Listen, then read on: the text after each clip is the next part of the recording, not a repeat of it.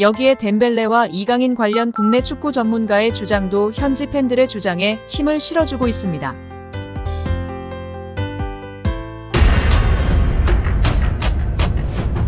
프랑스 RMC 스포츠의 다니엘 리올로는 엔리케 감독은 해결책을 찾지 못했다.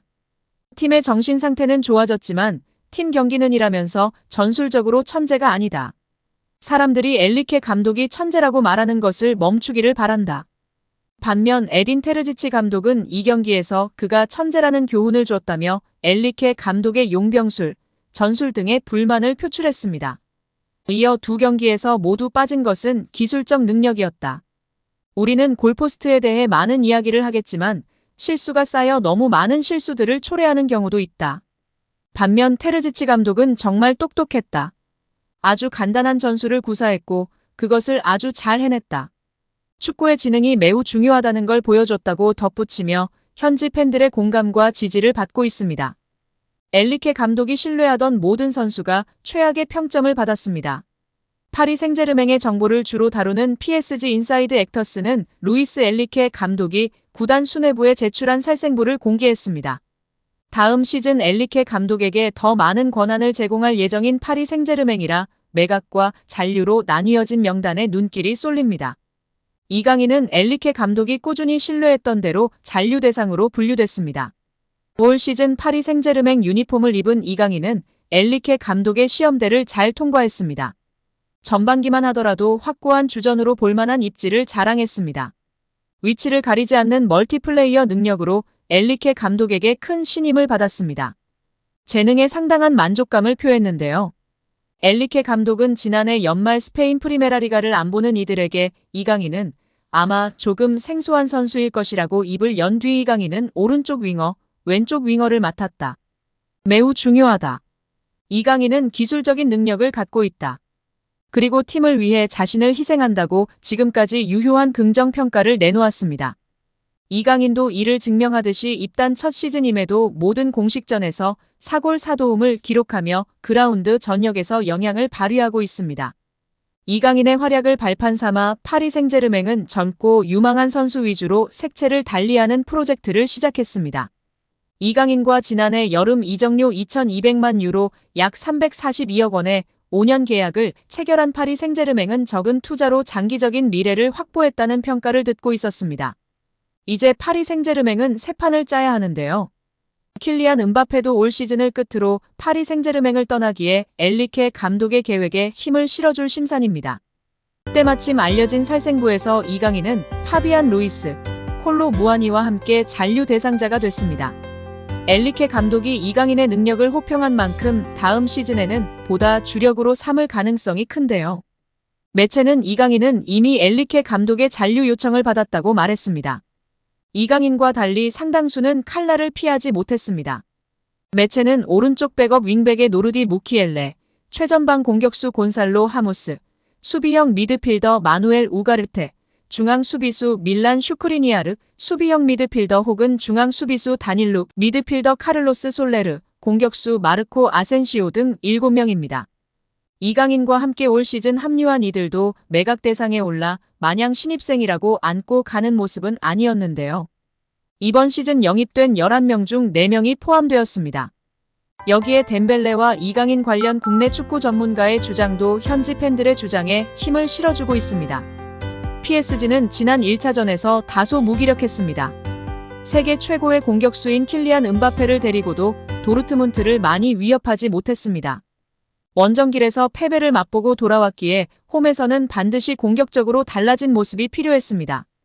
경기장에서 벌어진 일만 놓고 본다면 한 경기에서 6번이나 골대에 맞는 지독한 불운에 시달렸기 때문에 PSG의 패배는 승리의 여신이 도르트문트를 선택해서 나온 결과일 수도 있습니다.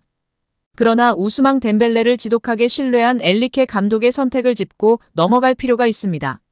덴벨레는 이번 시즌을 앞두고 PSG가 바르셀로나에서 전격 영입한 선수인데요.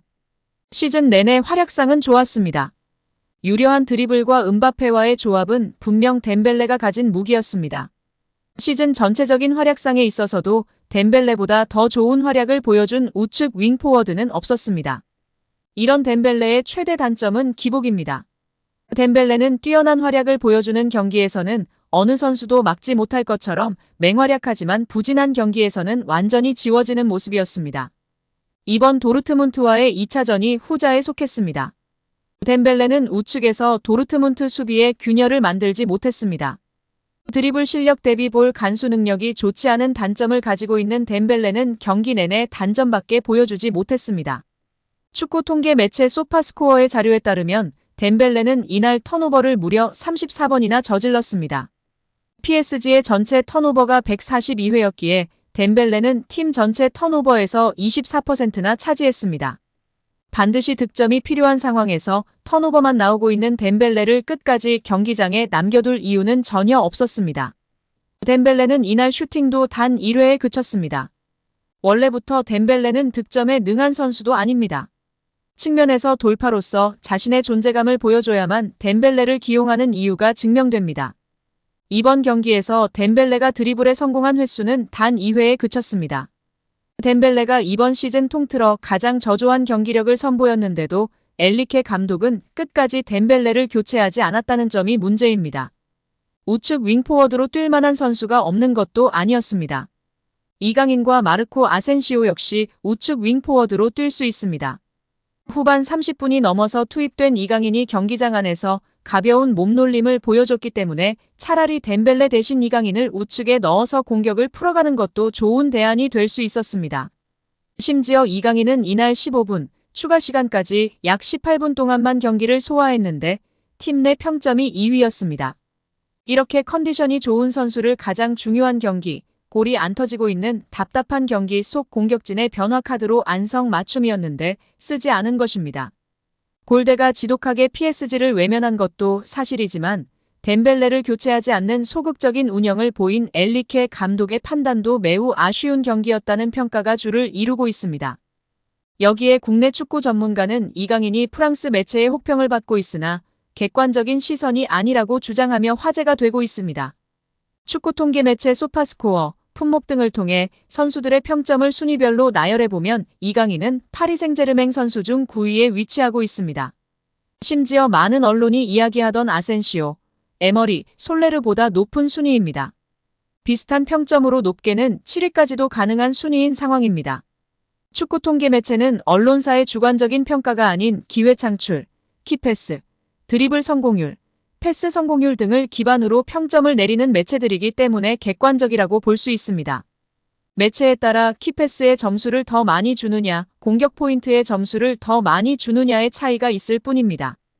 이러한 객관적인 자료를 통해 알 수 있듯이 이강인 선수가 아시안게임, 아시안컵, 부상 등으로 많은 변수가 있었음에도 팀 내에서 자신의 몫을 충분히 해내고 있다는 점을 명백하게 알 수 있었습니다. 이강인 선수가 결국 객관적으로 에머리, 솔레르, 아센시오보다 더 나은 모습을 보여주고 있습니다. 근소한 차이지만 하무스보다도 더 나은 모습이며 위카 에르난데스, 다닐루 페레이라와 비슷한 경기력을 보이고 있는 것입니다.